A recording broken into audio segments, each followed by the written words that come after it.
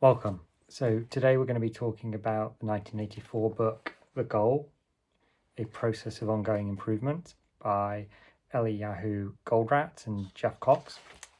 This is quite a famous book. It's now getting on for 50 years old here in 2024, but it's still widely read and widely used among business executives and those in manufacturing. It came out in 1984, which was at a time when American manufacturing and Western manufacturing was very concerned about the impact of the rise of Japan and imports coming in from Japan of low cost and high quality. So it's important to put it in that context. But we do need to remember, so it came out in 1984, so that was before the word lean had been coined by Jonah in 1988 in his article, The Triumph of the Lean Production System. It's before the 1990 book, The Machine That Changed the World by Roos, Jones and Womack. And it's clearly before Leica's 2004 book, The Toyota Way, but it is coming after the works of Deming and Drucker. So if you're interested in production management and also sort of these important books in the milestones of management consultancy and engineering and production, I think this is an important one. So before we get into this, if you haven't already signed up to the newsletter, you should do at www.joshuasutherland.com, where you can find lots of resources, and there's normally a free training course you can sign up to and also some paid ones you can sign up to. So if you haven't done that, do that, and there'll be a link below. So getting into the book, so this is the 25th anniversary edition, so that would make it about the year 2000. Oh no, it's the 30th edition, so yeah, about 2005. The first point is this is a business novel or a business fable or business fiction, or however you want to frame it. The way Goldratt and Cox have written it is to educate you on the management concepts, but by means of following a protagonist, a fictional one, who has challenges with his plant, but also his life, and you follow him as he seeks and finds solutions to those problems. And along the way, I believe is the intention of Goldratt and Cox to educate you. Goldratt himself was an Israeli management consultant who developed what he referred to as the theory of constraints, TOC, which we'll look at in more detail. He was born in 1947 and died in 2011. And then Jeff Cox is an author who's written several business fiction books or co-authored, who seems to have a talent for taking these seeming abstract concepts and then putting them into a fiction to educate an audience. So what do they mean by theory of constraints? So to get it precisely, any managerial system as being limited in achieving more of its goals by a very small number of constraints. So, and they use the word bottlenecks a lot. If we take a bottle, the term bottleneck comes from, if I want to empty the bottle, if I remove the lid, the rate at which the water can flow out of the bottle, in this case, is limited by the bottleneck, the neck of the bottle, and it sort of glugs out, and it's very much sort of slowed down. Versus if we didn't have this narrowing and you sort of sliced it off, you could empty the bottle very, very quickly, and maybe at that point it isn't even a bottle, it's a cup or a glass. Okay, so in the book we follow a guy called Alex Rogo, who lives in a fictional Midwest town in the USA, where he is the plant manager of a factory with about 600 people that operates 24/7, manufacturing You never find out what, but some sort of technical component that seems to contain electrical parts that they assemble, as well as machining of metal.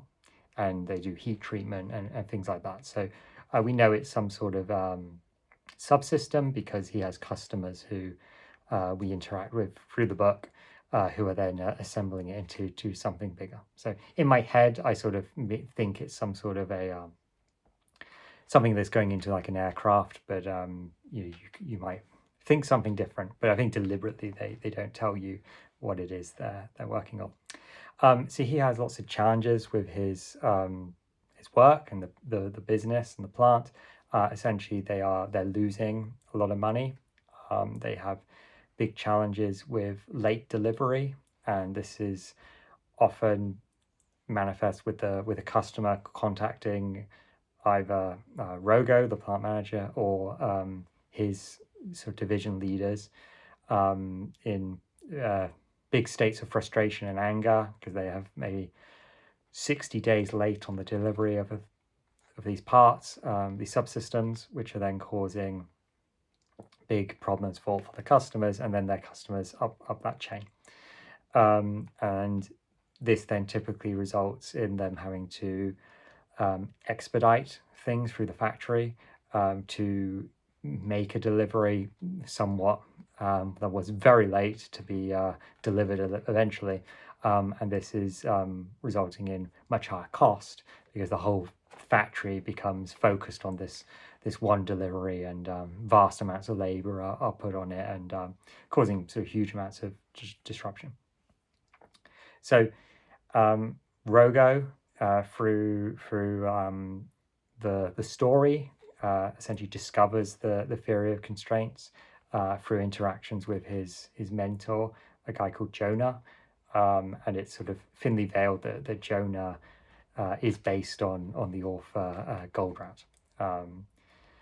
So he goes through these challenges, and he makes these discoveries and applies them to his facility. And it's not spoiling much to suggest that it's a bit of a happy ending in that the factory becomes profitable once more, and they exceed their customers' expectations wildly and are much better than their competition in that regard. Now, throughout the book, there's quite a bit of discussion of sort of teaching method, both in sort of like the preface at the beginning, which is outside of the novel, and also in the way Jonah, who we take to be Goldratt, interacts with Alex, in that it's very important for Jonah to teach Rogo how to solve his problems as opposed to telling him the answers.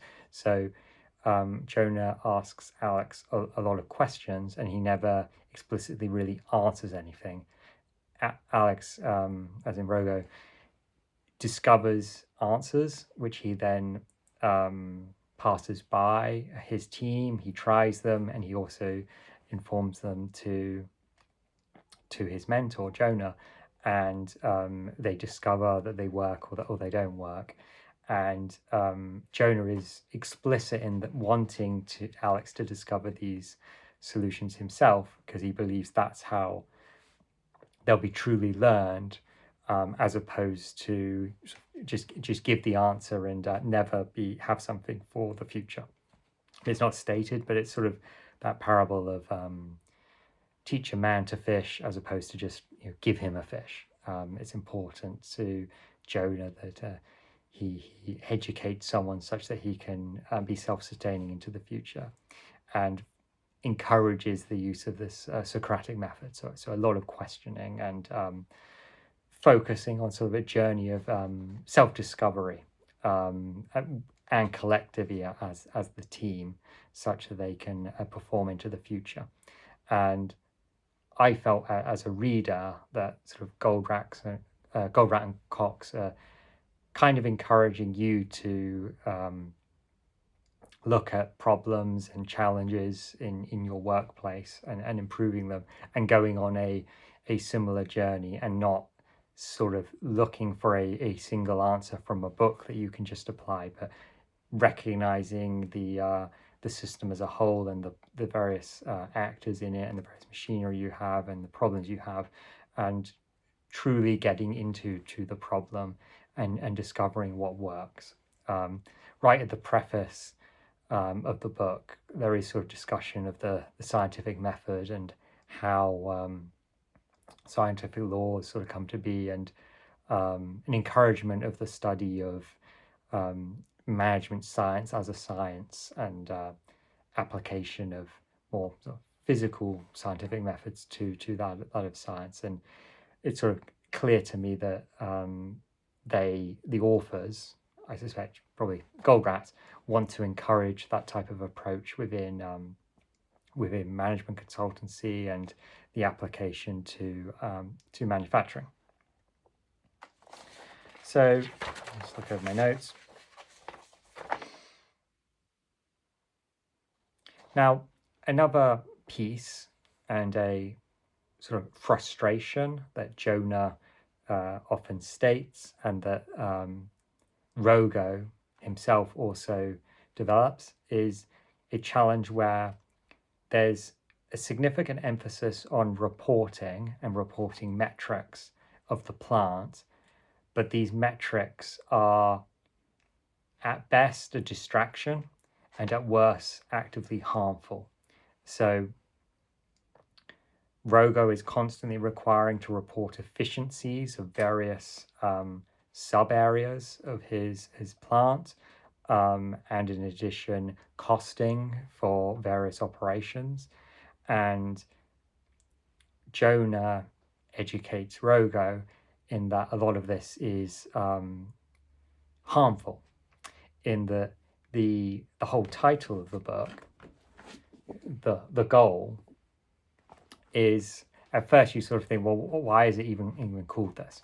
And Jonah sort of asks Rogo, what is the goal of the plant? And it takes sort of a few chapters for Rogo to sort of come to understanding that the goal is to ultimately make money, and that all of these smaller metrics and activities and things like that, they all contribute or hinder to that goal. But ultimately, there is this sort of pyramid of information all flowing up into this one ultimate one, which, for the case of the plant, is to make money. Like that is what its purpose is. And there's this frustration that they are reporting on minor aspects and not taking into regard the entirety of the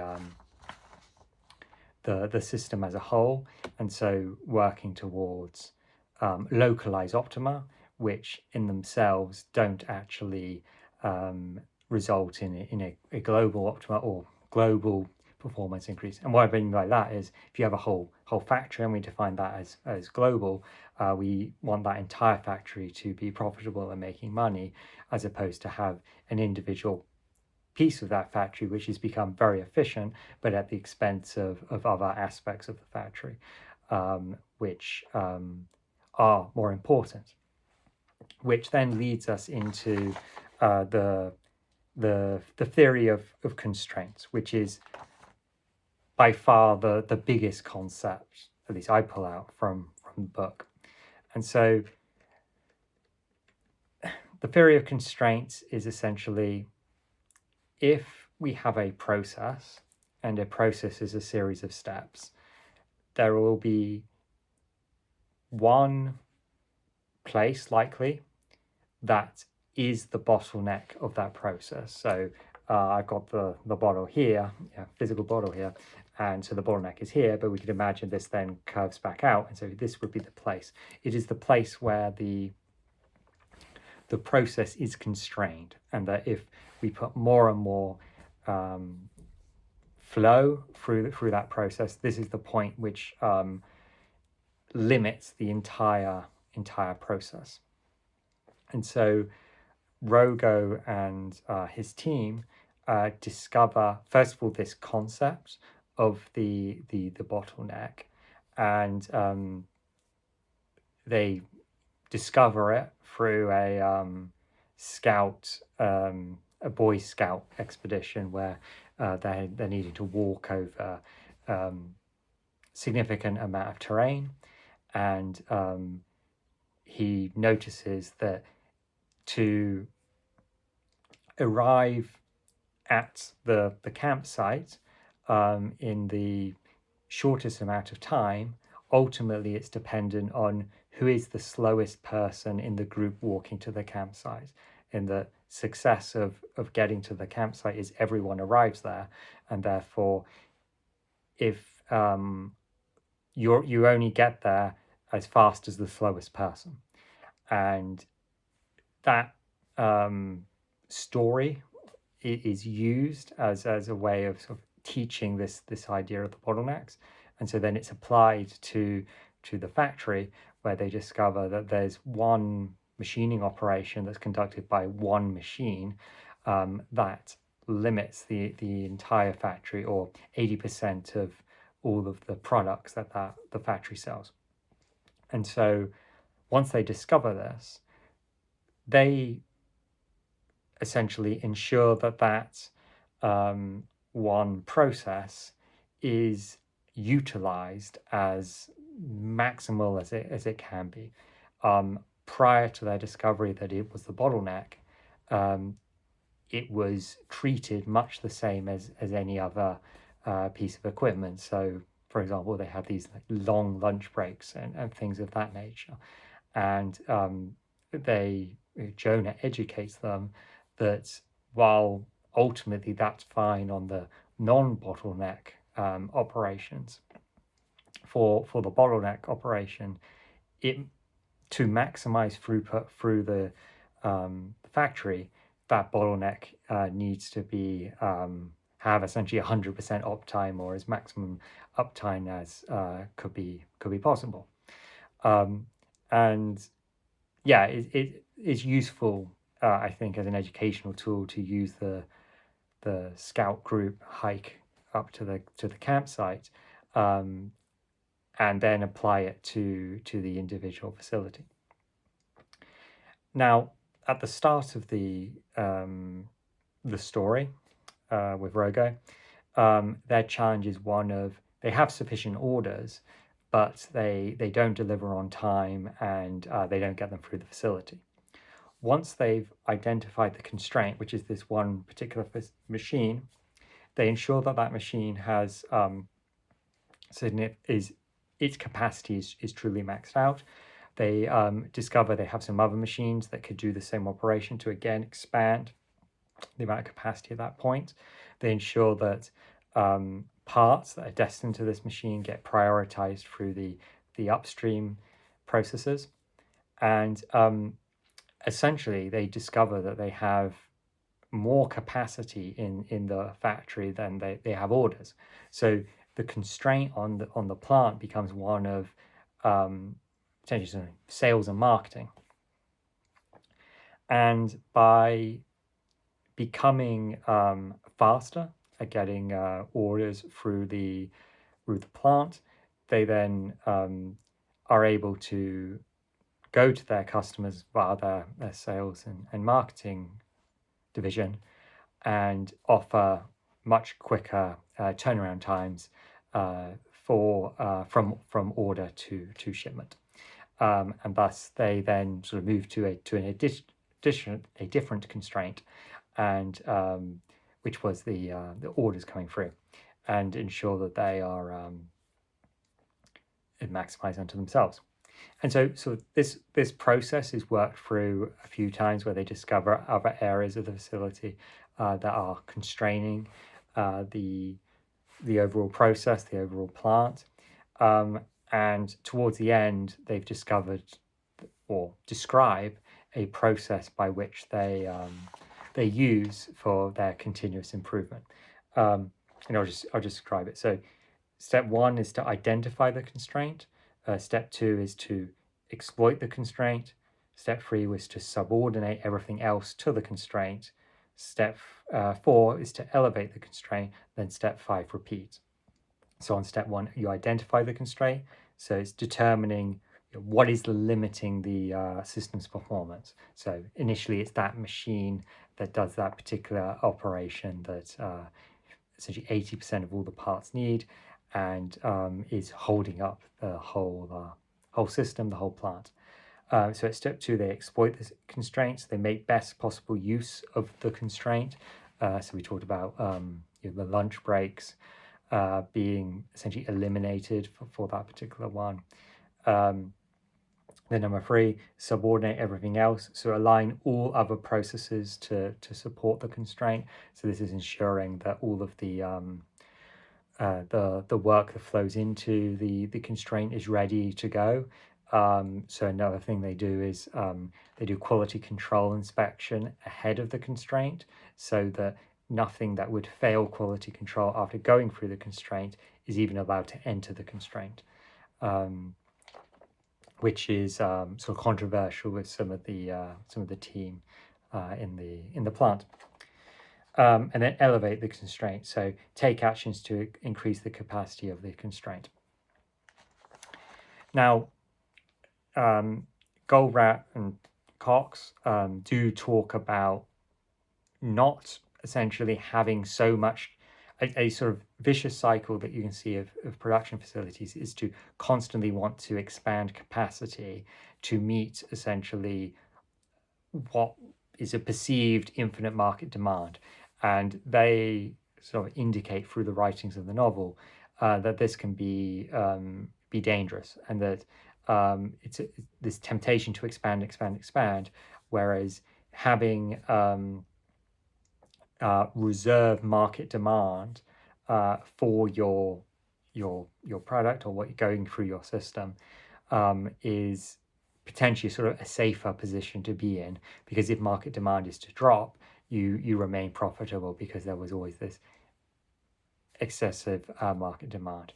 I'm a little skeptical as to how that happens in progress outside of, say, luxury items, where you think of, say, Rolex or special edition Ferraris and things like this, where more people want to purchase them than they will produce. Rolex or Ferrari, Porsche, these types of firms could produce more of their product than they do for these sort of special editions, but they choose not to, and thus there's always a market demand that is greater than what the capacity they're willing to provide the market. Okay, so we spoke about concept 1, which was the theory of constraint. Concept 2 was those 5 focusing steps for essentially discovery of the constraint and then exploiting it and subordinating it and then elevating it. Then the goal of the business, being very, very clear on this, and in Goldratt's view, to focus it onto that one thing of making money, being profitable, which is aligned, with value-driven design in systems engineering. I've written papers on this, where it's possible to get very tied up in lots of additional sort of constraints and requirements and things of that nature, rather than staying focused to a primary objective, and then layer in, of course, some additional constraints, but remain aware as to what is the ultimate measure of success of the system, of the facility, and things of that nature. Okay. Now, Goldratt presents his 3 operational measurements for a production facility, being throughput, inventory, and operational expense, and that these are sufficient to cover the financials of running a factory, but likely could be applied to sort of other things, even sort of knowledge work. So this is to counter the vast array of different measures that Rogo is expected to be presenting to his more senior leadership. So throughput is the rate at which the system generates money through sales. Inventory is the money tied up in the system in the form of raw materials, work in progress, and finished goods. And operational expense is the money spent to turn inventory into throughput.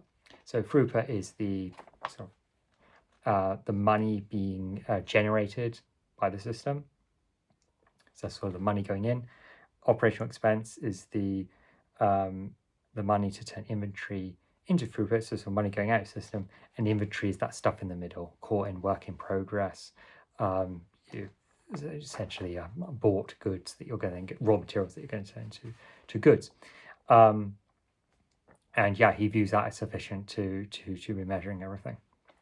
And as such, we've spoken about the goal and then these 3 operational measurements. Goldratt is really encouraging a sort of systems thinking, that the overall system, that overall plant needs to be contributing to those operational measurements and that goal, and that all of the details that are required of Rogo, be these efficiencies, costings, things of that nature, are distractions. And so Goldratt, this isn't in the book, but sort of reading around his other materials, sort of presents this idea of throughput accounting versus cost accounting. So cost accounting being sort of a more traditional method where we're computing the cost of goods based on their the cost of the raw materials, the cost of the effort being placed into them by people and machinery, things like that. And then the throughput accounting, which is much more focused on the sort of the money generated through sales of that product. And so based on this, when they come to the bottleneck and there's questions around sort of how much money is it costing to operate the bottleneck, initially they stay focused in this sort of cost accounting paradigm where they computing that time it would take and the cost of the raw materials. But Jonah, the mentor, indicates they're actually wrong and that they should be thinking, because it is the bottleneck, any and every 80% of the products are dependent on what's passing through the bottleneck, that they should in fact consider that the value of the throughput going through that bottleneck, and therefore the amount of money involved is significantly higher, because all of the vast majority of all the finished products are dependent on that bottleneck. So if you think about it, you might have an operation, like this shirt or something. Maybe the bottleneck is putting the buttons onto the shirt, and that to do that might cost not a whole lot of money. But if it depends, if the final goods is completely dependent on that sewing the button onto the shirt, you might consider the entire sale price of the whole shirt when considering the bottleneck. So I think it's a worthwhile book to read, not simply if you just haven't ever touched on a business novel before. It's certainly one of the most famous ones. And I think it gives a snapshot as well of the feeling at the time of that sort of early 1980s where manufacturing was really being hit quite hard in the Western world for the first time, really. There was the oil shocks, but so since the World War II large expansion of manufacturing, and then the post-war period boom in consumer goods sales. It is also, though, helpful in that it came out after a certain amount of period of computerization, and these sort of enterprise resource planning systems had been around for a while, and their promise, the hype had sort of died down a little bit on them, which I think is also helpful. I think if it had been written a bit earlier, it might have placed a bit too much of an emphasis on computers coming to save the day, whereas with the book, they do indicate that yes, sort of computers are helpful and they are used to find certain amount of the bottlenecks, but ultimately when they need to prioritize certain areas, they're using much more look and see types methods. So discovering there's large amounts of work in progress before a certain operation, that being an indicator that is likely a bottleneck. So I think it does capture a nice sort of snapshot in time. And as I said, it's coming out 6 years before Machine That Changed the World, which was a big influence in introducing the whole lean manufacturing into to the Western world. And then in my edition, so my edition is the 30th anniversary edition. At the end, it has one of Goldratt's papers, Standing on the Shoulders of Giants, Production Concepts versus Production Applications, the Hitachi Tool Engineering Example. So this isn't dated, but it mentions sort of the 2008 period, 2003 to 2008, when Toyota was doing incredibly well. So I feel like this must have been written maybe 2009, 2010, which is a good paper. It puts in more context the approaches that Goldratt has been promoting with that of Toyota Production System and Ono's work, and along with Fordism. Doesn't mention Taylor, but that's sort of 1920s initial mass production. And what sort of Goldratt is presenting in that paper is that if we refer to Ford Production System, Toyota Production System essentially being much the same as Ford Production System, but allowing for a wider variety of product by not sort of over costing changeover of product. And then into the paradigm that Goldratt is working towards is one where variability is much more significant, and therefore his approach, he indicates, will handle that sort of variability further. So yeah, it's an important story to know. A lot of media has been created on it. There's at least a 1 hour film with actors made on this, and there's a graphic novel now as well. So yeah, you should check it out. I think some questions to be asking yourself is, what has changed in the 50 years or so since the book was released, particularly in terms of technology, and China isn't mentioned in this book, whereas sort of Japan is. So that's a major change in the manufacturing location of vast amounts of the world's manufactured goods. And then sort of, are there applications in one's own work and research to be focused on, particularly on sort of identifications of constraints. The story is focused on that of manufacturing of physical goods, but I think you could apply the same sort of thinking to knowledge work and design work and things of that nature. Now, as I mentioned before, if you haven't signed up to the newsletter, you should at www.joshuasutherland.com. There'll be a link below, and you can also get on the podcast feed if you'd rather not use YouTube, and there's RSS details there. So thank you, and yeah, see you later.